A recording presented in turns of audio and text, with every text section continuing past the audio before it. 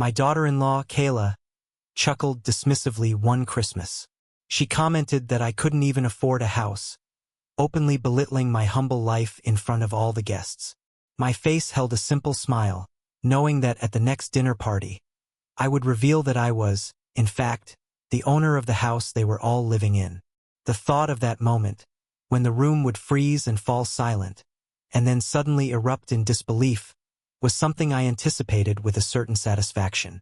I was returning from the bathroom when I heard Kayla's voice. She was using that particular tone she had when she was performing for her guests. I caught the tail end of her conversation, something about how I should see where I live. She was describing my small, one-bedroom apartment on the city's south side, asking the guests to imagine such a thing. I stopped dead in the doorway. 8 pairs of eyes turned to me. Some smiled politely, but others couldn't hide their amusement. The expensive chandelier lit up their faces, making their expressions seem strange to me. My son, Bradley, avoided my gaze. He said they had just been talking about housing costs in Spokane. I noticed his wine glass was almost empty. It was his third one. I asked them what conclusions they had come to. I took my seat at the far end of the dining table, the very one I had helped them buy 3 years earlier. Kayla leaned forward, tapping her perfectly manicured fingernails against the china. She said that some people could just adapt to any situation, even if they couldn't afford a down payment on a decent place. The neighbors' laughter began as nervous chuckles. Mrs. Patterson, the next-door neighbor, shifted in her seat. I sensed that Kayla was just getting warmed up. Kayla dramatically announced that Bradley's father had been renting the same small place for years. She said it was a one-bedroom apartment, barely 600 square feet, and joked that the carpet was probably older than their marriage. Bradley tried to stop her, but she was fully in performance mode now, and went on to describe the neighborhood, saying I would have to see it to believe it. I heard her say she had told Bradley that they should help me with a security deposit for a nicer place. She shrugged in a way that showed how little it meant. I twisted the napkin in my lap into a tight knot. I told them I was quite comfortable where I was. Bradley quickly added, "Of course you are, Dad. You've always been so financially practical." The words financially practical hung in the air like smoke from snuffed-out candles. The faces around the table showed a mix of pity and an uncomfortable curiosity. My life, it seemed, was being served as entertainment for these people. My son and daughter-in-law's friends and neighbors. Kayla, enjoying her audience, went on to say that some people just never learn to plan for the future or build anything lasting. I looked at the centerpiece on the table. It was a beautiful and expensive crystal bowl with holly and red ribbon. The cost of it had been indirectly covered by the man they were now making fun of. Bradley added that I had always been financially challenged. That was the last straw. My own son was nodding along with his wife, essentially confirming to a room full of strangers that I was a case for charity. A radiator hissed in a corner of the room, and someone coughed. Mrs. Patterson was now staring intently at her dessert plate. I slowly stood up, placing my napkin next to my untouched pie. Every person at the table watched me. I thanked them for dinner and said I hoped they would all enjoy the rest of their evening. Bradley said I didn't have to leave, but I told him I did. I went to the hall closet to get my coat. It was the same closet where Bradley had once hung his high school letter jacket. As I was leaving, I told them to drive safely because the roads were becoming slippery. The cold air hit me hard as I stepped outside. The snow had started to fall more heavily, leaving a thin white layer on my windshield. I sat in my car for a few minutes, letting the engine warm up. I watched their front window, glowing with holiday light and laughter. The heater was still cold. The heat finally came on as I drove onto Stevens Street. My hands had stopped shaking, but they were now filled with a coldness much more chilling than the December air. Through the windshield, holiday decorations passed in a blur. Wreaths on doors, colored lights on railings, all radiating the comfortable glow of families who didn't use cruelty as entertainment. I stopped at a red light on Division and watched a young couple hurrying across the crosswalk, their arms linked against the snow. They made me think of Bradley and Kayla 5 years ago, back when he had first introduced her to me. She hadn't yet learned to measure people's worth by their home size or their credit score. It was a few days before the 3-year anniversary of the sale of my company, Morrison Construction, which had closed on December 15, 2021. I could still remember Davidson's law office downtown. I pictured the mahogany conference table where Marcus Chun and I had shaken hands to finalize the sale for $2.8 million. I remembered him saying that I had built something impressive, a company with real substance. I thought to myself that the company had more substance than my son's opinion of me. The light turned green, and I drove past the Davenport Hotel, where Kayla and Bradley had held their wedding reception. I remembered writing a check for $25,000 for the reception, and I had watched as Kayla complained it wasn't enough for the ice sculpture she wanted. She told her mother in a stage whisper that some families just have different priorities. I had also paid $45,000 for Bradley's college education and $60,000 for the down payment on their house, the very house where I had just been the night's entertainment. They had never once questioned how a supposedly financially challenged man could keep providing such large amounts of money. They simply cashed the checks and moved on. Through the snow, my apartment building came into view. It was a modest 3-story brick building with its own good foundation. I had intentionally chosen it because it was close enough to downtown to be convenient, quiet enough for me to think, and small enough to avoid the complications that could arise from mixing money with family relationships. That strategy, I now realized, had obviously not worked. I climbed the stairs to my apartment on the 3rd floor, number 3B. My footsteps echoed in the stairwell. Mrs. Chun from the 2nd floor had left cookies outside my door again, wrapped in festive paper. It was a kind gesture from someone who knew nothing about my finances but still treated me with respect. Inside my apartment, I hung my coat on the simple wooden rack I had bought at a garage sale. The apartment was exactly what Kayla had described. It was a practical 600 square foot space.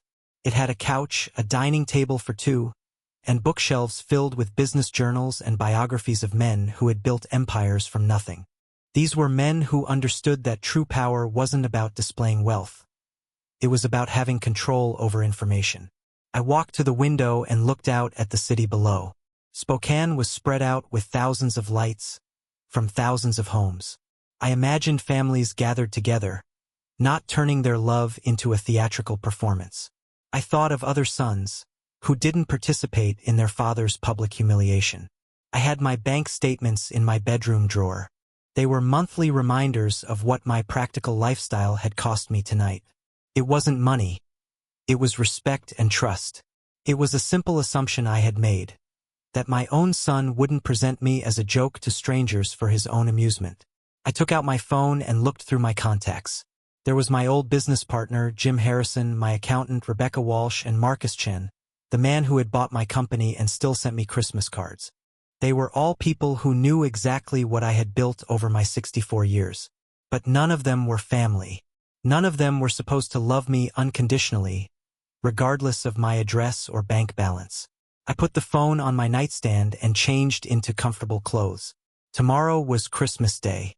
Bradley and Kayla would probably spend the day congratulating themselves on their successful dinner party, never once considering that their joke had been too harsh. They believed they knew the real me. Poor Kenneth, the financially struggling father who rented a small apartment and lived from one paycheck to the next. Tomorrow, I would begin to learn exactly who Bradley and Kayla really were. I waited 3 days after the Christmas dinner. 3 days of me politely declining Bradley's obligatory, "Thanks for coming" text. My humiliation had hardened into something cold and useful. I dialed Jim Harrison's number at exactly 10:30. Jim's voice had the warmth of our 25-year banking relationship. He said it was good to hear from me and that he couldn't complain about retirement, though his wife Martha was starting to get tired of him being at home all day. We made small talk about his grandchildren and Martha's garden club before I turned the conversation to business. I told him I was calling because I was concerned about Bradley's financial situation and wondered if he might have any insight. There was a pause. Jim had been the one to handle the banking for my construction company for decades, so he understood the seriousness of a family financial conversation. I knew he was hesitant to speak openly due to privacy regulations. I told him that I understood, but that I simply wanted to help my son if needed. The pause was longer this time. He said that concerns had been raised, recent ones. I gripped the phone tighter and asked if this was a temporary situation. He replied that it was hard to say because there were timelines and procedures that had to be followed. I asked him what kind of timelines he was referring to. He suggested we get coffee and meet at the corner table on Riverside at 11:30, saying some things were better discussed in person. I got there early and chose a corner booth to make sure our conversation wouldn't be overheard. Jim looked older than his 68 years. Retirement had made his precise banker's demeanor into something more grandfatherly. After looking around the cafe, he said that Bradley and Kayla were in a difficult position. I asked him just how difficult. He stirred his coffee slowly and told me they were 4 months behind on their mortgage payments. The bank had been patient, but he said that patience had its limits. My coffee got cold as I began to understand the full situation. Jim didn't use direct statements. He was far too cautious for that. Instead, he gave me information through careful implications and well-timed silences. He explained that they had a $420,000 house with $380,000 left to pay. They had been missing their payments since August, and the bank was moving forward with foreclosure proceedings. I asked him how much time they had left. He told me maybe 60 days or 90 if they could show they were making a good faith effort. I knew that if they couldn't, it would all end in a public foreclosure auction, humiliation, and the end of the life they had carefully built. Jim's face told me everything I needed to know. After thanking Jim, I drove home through downtown Spokane, intentionally passing by Bradley's neighborhood. Their house was immaculate on its corner lot. The landscaping was perfect, and there were 2 cars in the driveway, a BMW and a new Toyota SUV. Every single detail suggested financial success. The difference between what I was seeing and what I had just learned was shocking. They were completely in over their heads, but were doing everything they could to maintain a perfect appearance. They were living such a complete lie that they had convinced themselves it was true. When I got back to my apartment, I spread my notes out on the dining table. The timeline was clear. The public humiliation had occurred on December 24th. The foreclosure proceedings would begin sometime in March. They had 2 or 3 months to come up with $15,000 for back payments, in addition to their regular monthly mortgage payments. From what I knew of Bradley's salary and Kayla's work, that would be almost impossible for them to do on their own. They would never ask for my help, especially not after what they had said about me being financially challenged. I picked up my pen and wrote down Morrison Construction personnel issues.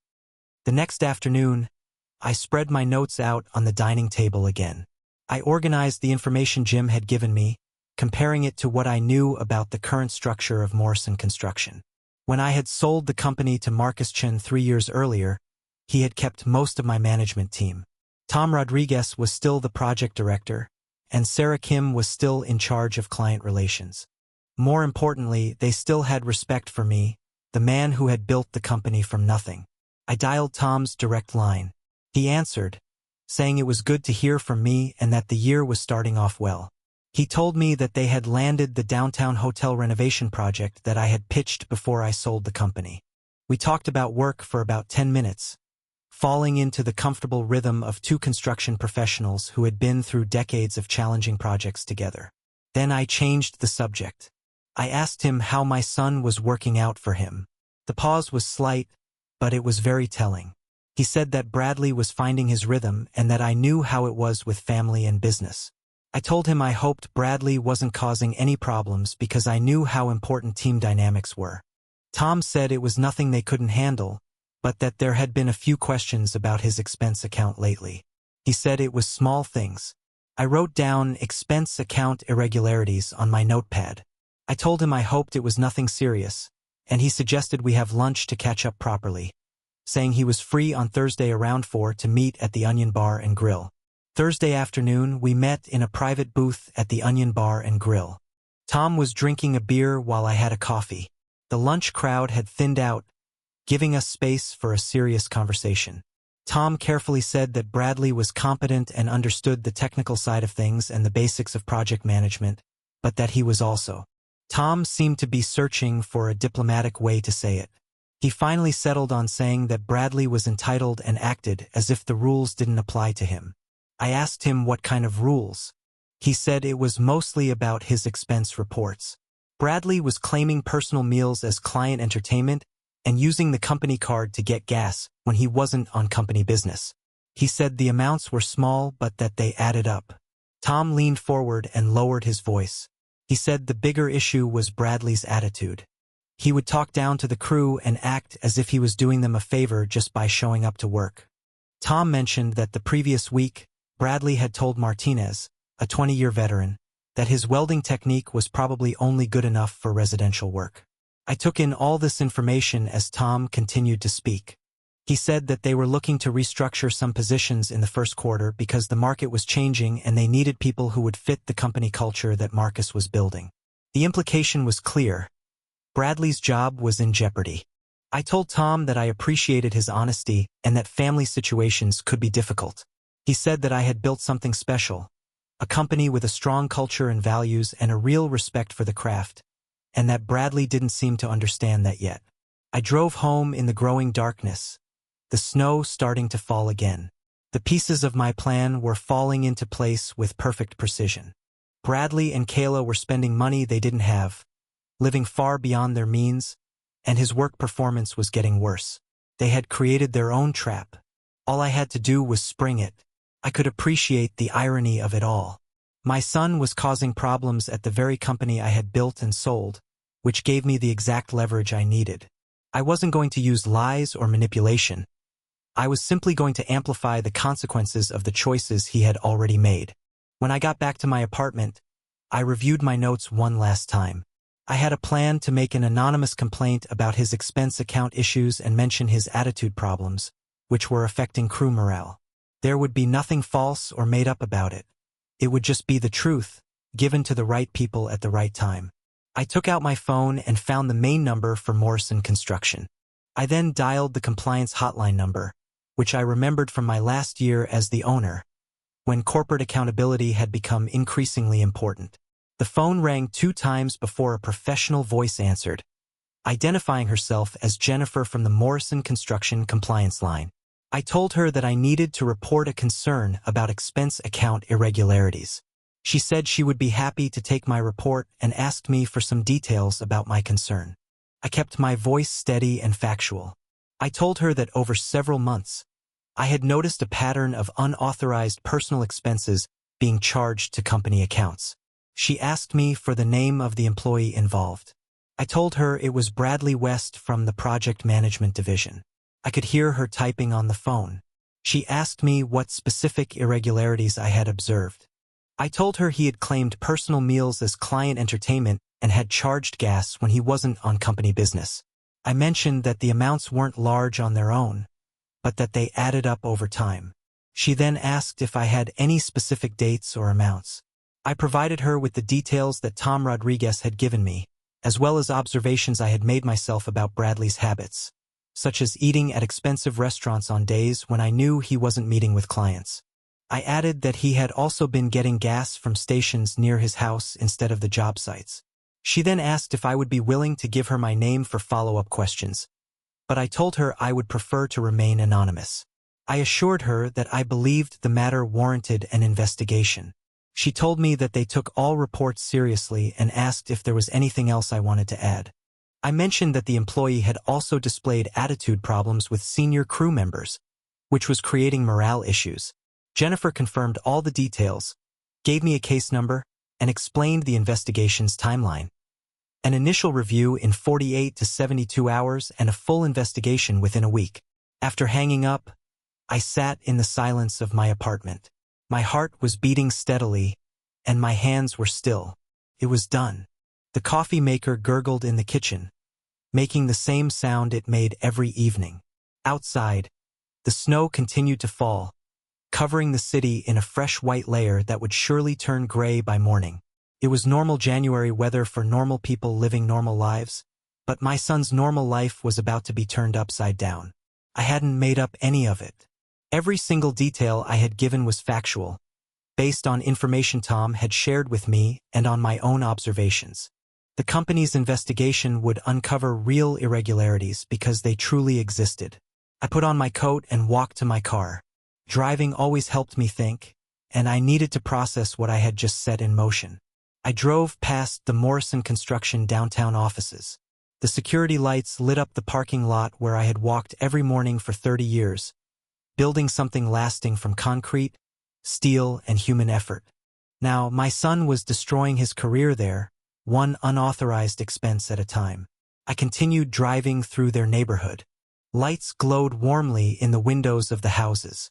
I imagined families finishing dinner and children doing their homework. Bradley and Kayla's house looked especially welcoming, their Christmas decorations still twinkling, even though January was just around the corner. They had no idea what was coming.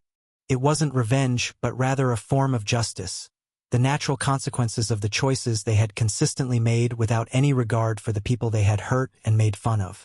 When I got back to my apartment, I spread my legal pad notes out on the dining table. The timeline was clear. An anonymous tip on Monday evening, an investigation beginning Tuesday morning, preliminary findings by Thursday, and formal disciplinary action by Friday. Meanwhile, the pressure from their mortgage would continue to build. The 60 to 90-day window that Jim Harrison had told me about was getting smaller every day. I reviewed the details of their financial situation. Without Bradley's income, they would need about $8,000 right away just to catch up on their missed payments. If you added their monthly expenses, they would need continuous financial support that neither of their salaries could provide. They would have to ask for help, and I wondered whom they would ask first. I started the coffee maker, ready for a long evening. The newspaper rustled as I turned the page to the business section. It was Friday afternoon, January 3rd. My coffee had gone cold while I read about construction industry trends and quarterly reports from companies I used to compete against. The doorbell rang. I wasn't expecting anyone, but I wasn't surprised either. The investigation at Morrison Construction had concluded yesterday, and Bradley's suspension would have been implemented that morning. I looked through the peephole and saw my son and daughter-in-law standing on my doorstep. They both looked more strained than I had ever seen them before. Bradley's usual confident posture had turned into something hunched and defensive. Kayla's perfect poise had started to crack. I opened the door. I told them to come in and asked what brought them here. My son's voice was exhausted. He asked if they could come in and talk. I stepped aside, gesturing toward my humble living room. They settled onto the couch and I took my usual chair, noticing how they looked around the apartment, probably remembering what they had said about my modest home at Christmas dinner. Bradley began to speak slowly, as if the words physically hurt him. He said something had happened at work and that there had been an investigation into his expense reports. I leaned forward, looking concerned. He told me they had found discrepancies, personal charges he had accidentally put on the company card and meals that weren't actually client meetings. He said they were honest mistakes. Kayla interrupted, her voice tense, and told me they had suspended him without pay. I kept a neutral, fatherly expression and asked how serious it was. Bradley ran his hands through his hair and said they were treating it like deliberate fraud. He told me he couldn't understand how they had even found these things, and that someone must have reported him. I nodded sympathetically and said that companies had very strict policies. I asked them what the timeline was for a resolution. Kayla answered that the formal review process would take a minimum of 2 weeks and could take even longer if they decided to involve outside auditors. Bradley shifted uncomfortably. He said that they wouldn't normally ask, but they were in a tight financial spot. He explained that their mortgage payments had been challenging lately, and with no income, they were struggling. I knew it was coming. Kayla's pride was clearly in a battle with her desperation. She asked if I might be able to help them out temporarily until his work situation was resolved. I asked what kind of help she was referring to. Bradley bluntly told me they needed money. He said they needed a loan, maybe $8,000, just to cover the mortgage and basic expenses until he was back at work. I sat back in my chair, pretending to carefully consider their request. $8,000. It was the exact amount Jim Harrison had said they needed for their back payments. I said that was a significant amount of money. "We know it's a lot to ask," Kayla quickly added, although her tone suggested she still saw me as a last resort. Even a part of that would help. I looked from her to Bradley, noticing that their desperation was making them forget their Christmas dinner performance. There were no jokes about my financial limitations now. I gently reminded Kayla that she had said at Christmas that I couldn't even afford a down payment on a decent place. Her face turned red. She mumbled that she didn't mean it that way. I then reminded Bradley that he had said I was financially challenged and that those were his exact words. Bradley's jaw tightened. He said it wasn't fair and that they were in a crisis. I stood up slowly and walked to my small kitchen window. I told them that I appreciated them thinking of me, but that I was living on a tight budget myself. I explained that I was on Social Security with only a small amount of savings, and that it was barely enough to cover my own expenses. Kayla pressed me, asking if I had any sort of emergency fund. I turned back to them and told them I wished I could help, but that I barely managed my own expenses. I said that they had said it themselves, that I was financially struggling. The silence between us was heavy with all the things they were only just beginning to understand. I kindly suggested that maybe they should ask someone who had real money, someone who wasn't financially challenged. Bradley's face went white. Kayla stared at me as if she was seeing me clearly for the first time. They left 15 minutes later. Their departure was full of forced politeness and barely controlled desperation. I watched them walk to their car from my window. After they left, I folded the newspaper after checking the legal notices, a routine I had started 6 weeks earlier. There was nothing there yet, but foreclosure announcements typically appeared about 30 days before the auction date. 6 weeks had passed since their desperate visit. 6 weeks of strategic patience while their situation got worse. It was time to check in with Jim Harrison. The drive downtown was familiar, as if I were returning to the office I had worked in for decades. Washington Trust Bank was in the same building where I had run Morrison Construction for 25 years. Some things never changed. Jim's assistant led me into his office, and he greeted me with the sympathetic expression of someone who was about to deliver bad news. He told me he thought I should know about the auction date. I took a seat in the chair across from his desk. I asked him, "Auction?" He told me it was scheduled for March 18th, on the courthouse steps at 10 a.m. sharp. He said it was for my son's property. His words hung in the air like smoke from extinguished candles. 6 weeks of waiting, and the timeline was finally coming together. I asked him how the process worked.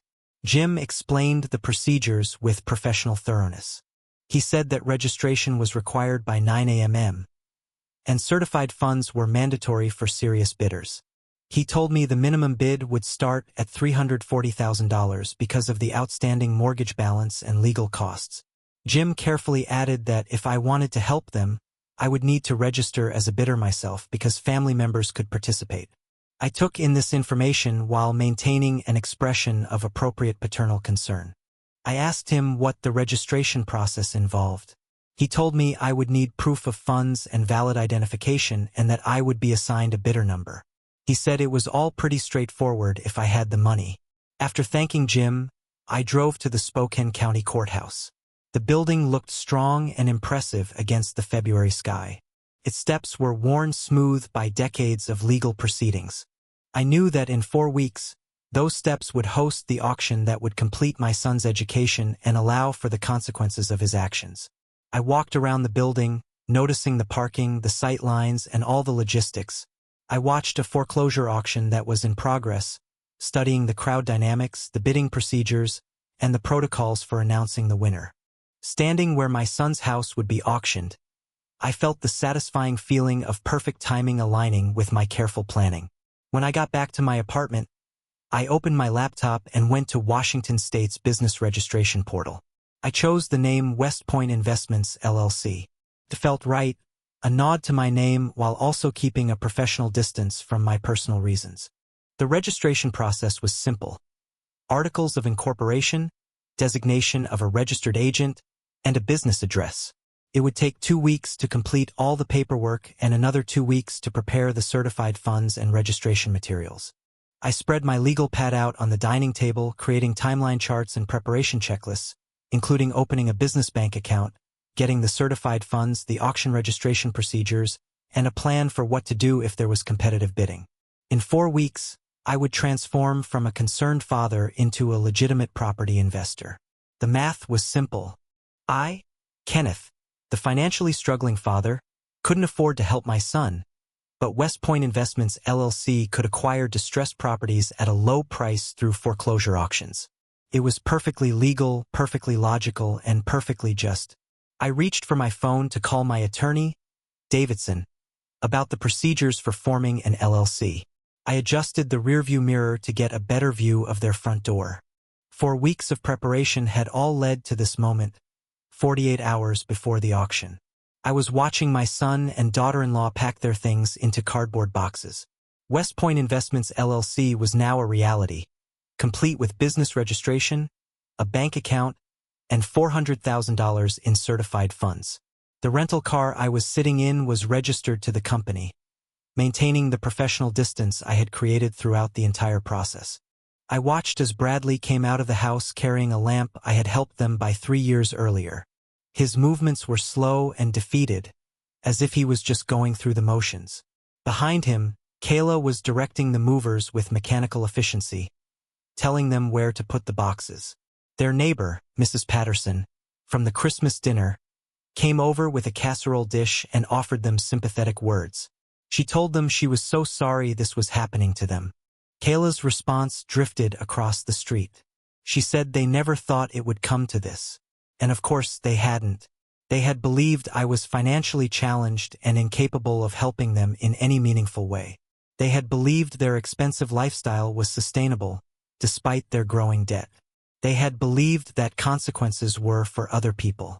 I watched as Bradley loaded their wedding photo, the one from the reception I had paid for. I appreciated the irony of it all.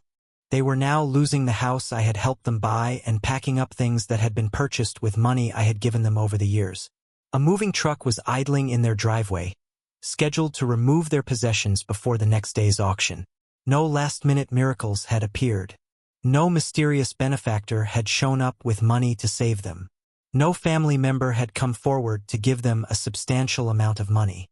The plan had worked with mathematical precision. At 3 o'clock, I drove home to go over my final preparations.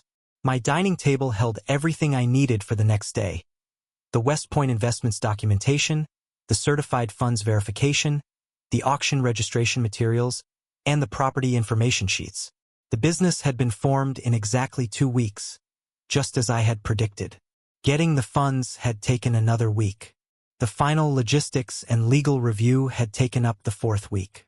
The timing was perfect, with a 48-hour completion window. I prepared a simple dinner while reviewing the auction procedures one last time. Registration opened at 9 a.m., and bidding would begin at 10 a.m. I would wear professional business casual clothes and keep my appearance unremarkable. The goal was to blend into the small crowd of investors and curiosity seekers who attended these kinds of proceedings. The property was valued at $420,000, and the starting bid of $340,000 reflected the outstanding mortgage balance and legal costs. I knew there would be minimal competition because most foreclosure auctions attracted very few serious bidders. I expected to get the property for a price much lower than its market value. The next morning, I, Kenneth, would remain the financially struggling father who couldn't help his family. But West Point Investments LLC would become the new owner of 2247 Cedar Ridge Drive. I selected my clothes for the next day, a professional but unremarkable business casual outfit. The goal was to blend into the small crowd of investors and curiosity seekers who attended these types of proceedings. At 8 o'clock, I reviewed my emotional readiness. I needed to maintain a professional demeanor during the bidding, show no recognition when Bradley and Kayla inevitably showed up to their own auction, and focus on my business goals rather than my personal satisfaction. This wasn't about revenge anymore. This was about justice, natural consequences, and the completion of an education that had begun with their mockery at Christmas dinner.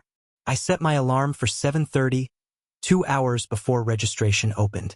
I straightened my tie and picked up the West Point Investments folder from my dining table. Inside were the business registration documents, a certified check for $400,000, and the property information sheets I had studied so many times that I had memorized them. It was everything I needed to complete the most important business transaction of my 64 years. The drive to the courthouse took 12 minutes because the morning traffic was light. I arrived at 8:45, 15 minutes before registration opened, and joined a small group of people gathered on the steps. There were 3 other people besides me. A house flipper I recognized from previous auctions, a middle-aged woman who looked like a neighbor, and a younger man in an expensive suit who seemed to be representing some investment group. Just as I had predicted, there was minimal competition. Registration went smoothly. The court clerk reviewed my West Point Investments documentation with professional efficiency, assigned me bidder number 17, and explained the 30-day closing timeline. Certified funds were required at closing, and the title transfer would take place after standard inspections. At exactly 10 o'clock, the auctioneer called us to order. He said that the property located at 2247 Cedar Ridge Drive in Spokane, Washington, was a 4-bedroom, 2.5-bath colonial on a 0.3-acre lot. He said the minimum bid was $340,000 because of the outstanding mortgage balance and legal costs. The auctioneer's voice was strong and professional. He asked if he heard a bid of $340,000. The house flipper immediately raised his hand. I said, $345. My voice clear and professional. The neighbor woman looked nervous but didn't bid. The man in the expensive suit checked his phone, shook his head, and stepped back. The flipper countered with $350. But his enthusiasm had clearly faded. I waited for exactly 3 seconds and said, $355.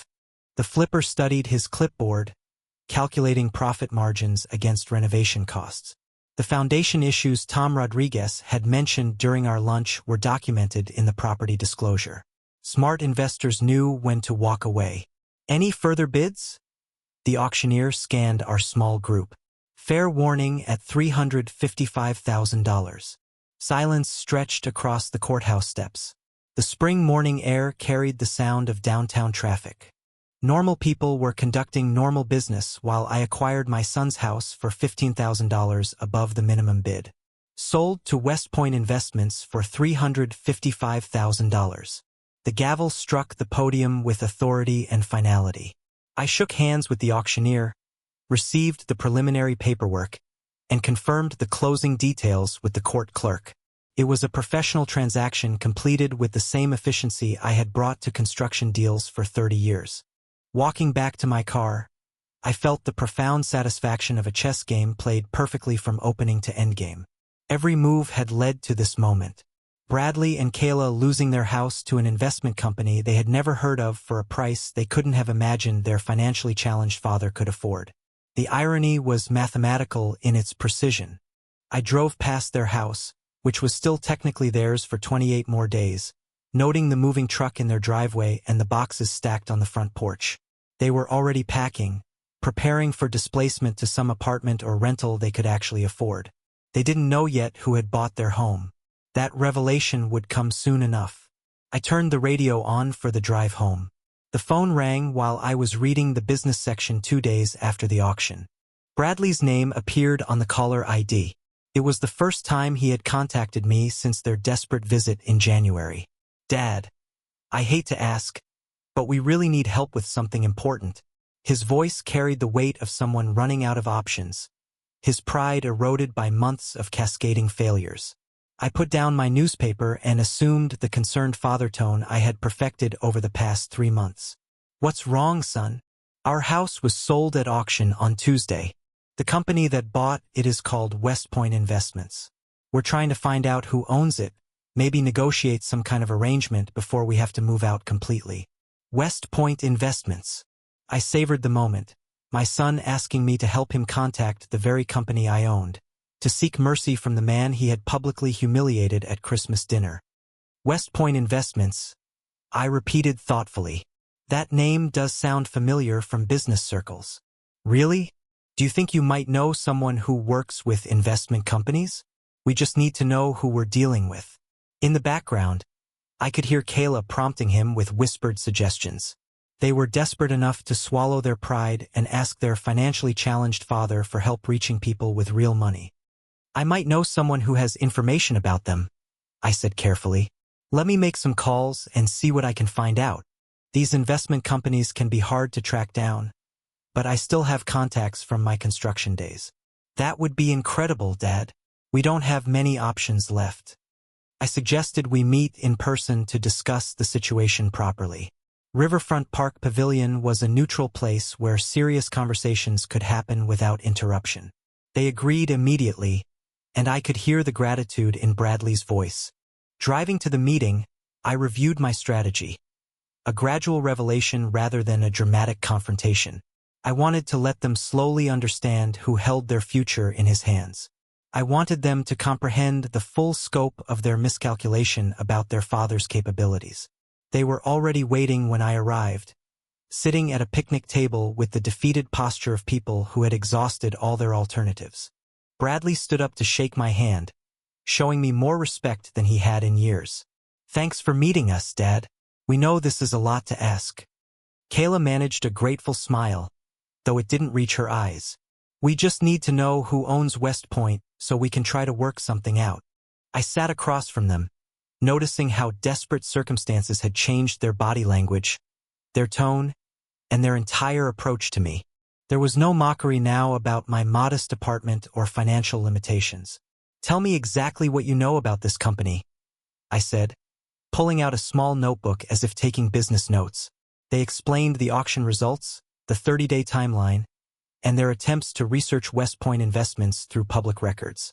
The company existed legally but provided no obvious ownership information or contact details. "I might be able to help," I said after appropriate consideration. "Give me a few days to reach out to my contacts. These investment groups often have complex ownership structures, but someone in the business community usually knows someone." The relief on their faces was immediate and profound. "Could you come to dinner at my place on Friday evening? I should have information by then, and we can discuss your options properly."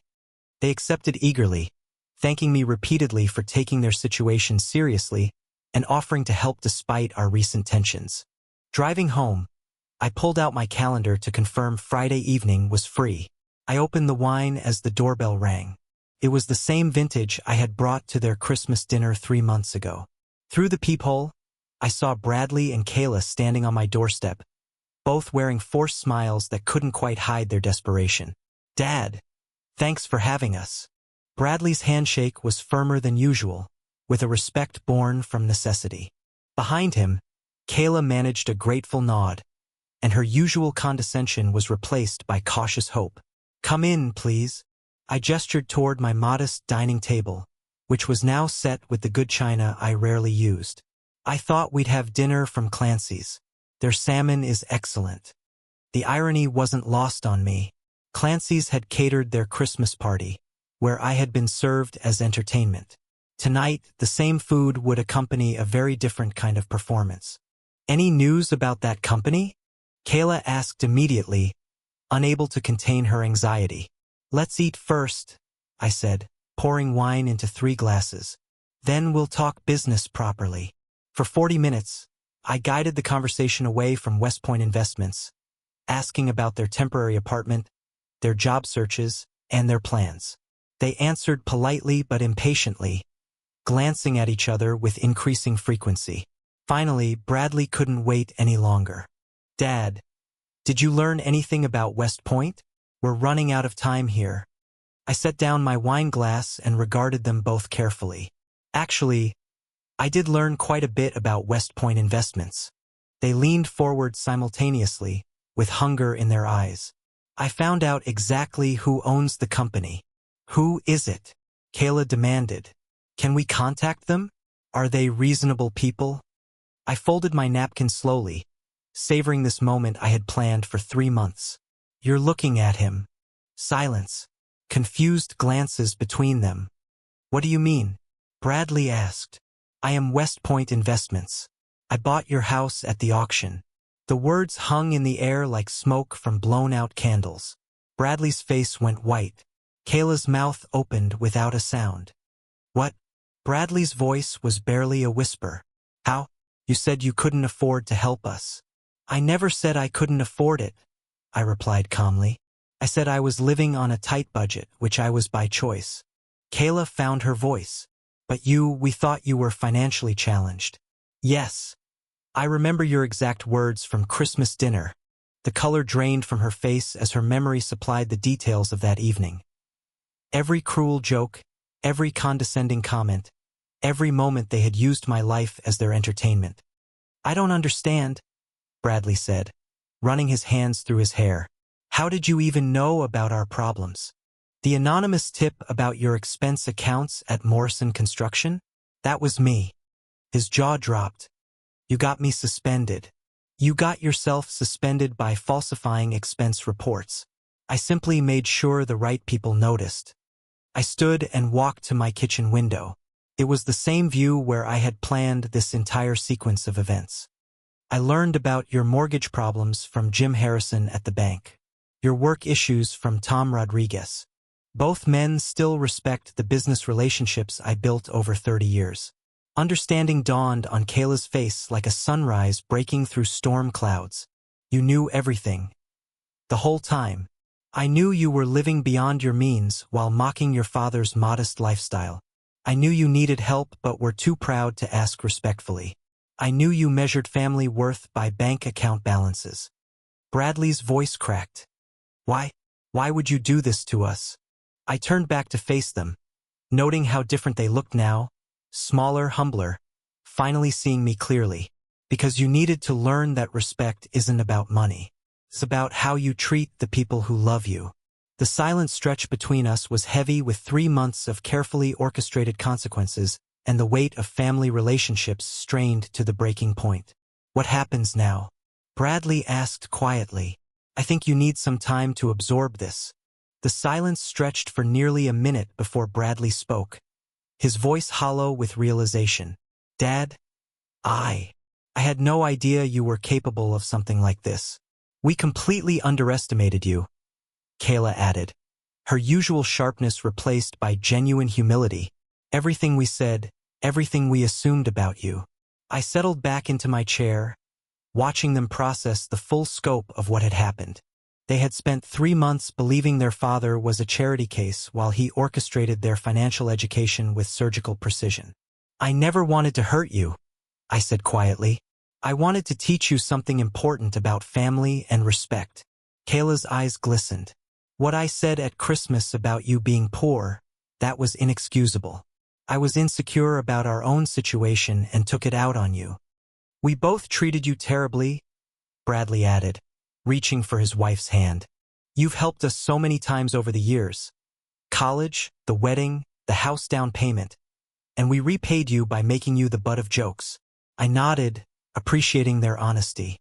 The money never mattered to me, but watching my own family use me as entertainment, that hurt more than you can imagine. "We're sorry, Dad. Truly sorry." Bradley's voice carried the weight of genuine remorse. "What do you want from us? How do we make this right?" I had been waiting for this question, preparing my answer for weeks. "I want a family relationship built on mutual respect, not financial dependence or obligation, but genuine appreciation for each other." "We want that too," Kayla said immediately. "But we understand if you can't forgive us right away." I surprised them both by smiling. "Actually, I have a proposal." They exchanged nervous glances. "You can live in the house for 3 months rent-free. This will give you time to find new jobs, get back on your feet financially, and rebuild your lives properly." Bradley's face showed complete shock. "Dad, after what we did to you, we don't deserve. Family means giving second chances when people learn and grow." I interrupted. "You've both learned something important tonight. Now, I want to see what you do with that knowledge." Kayla began crying. They weren't the frustrated tears of Christmas dinner, but tears of gratitude and shame mixed together. "You're being so generous after we were so cruel. Consider it a delayed wedding gift I should have given you properly. Use these 3 months wisely. Build something sustainable, something you can be proud of." Bradley stood and walked around the table, pulling me into the first genuine embrace we had shared in years. "Thank you, Dad. I promise we'll earn back your respect properly this time." When Kayla joined our awkward family hug, I felt something shift in my chest. The cold anger I had carried since Christmas finally melted into something warmer. "Money doesn't make you poor or rich," I said as we separated. "Character does. How you treat people, especially family, that's what matters." "We understand now," Bradley said. And we want to do better. Let's have dinner next Sunday, I suggested. And every Sunday after that. Real family dinners where we talk and laugh and respect each other. We'd love that, Kayla said, wiping her eyes. And Dad, thank you for not giving up on us. As they prepared to leave, I felt the deep satisfaction that comes not from victory over enemies, but from the restoration of family bonds that had been broken by pride and misunderstanding. I walked them to the door and watched them drive away, noting how they sat closer together in the car, united by shared humility and a newfound appreciation for the man they had never really known. Justice served. Family healing begun. It was enough.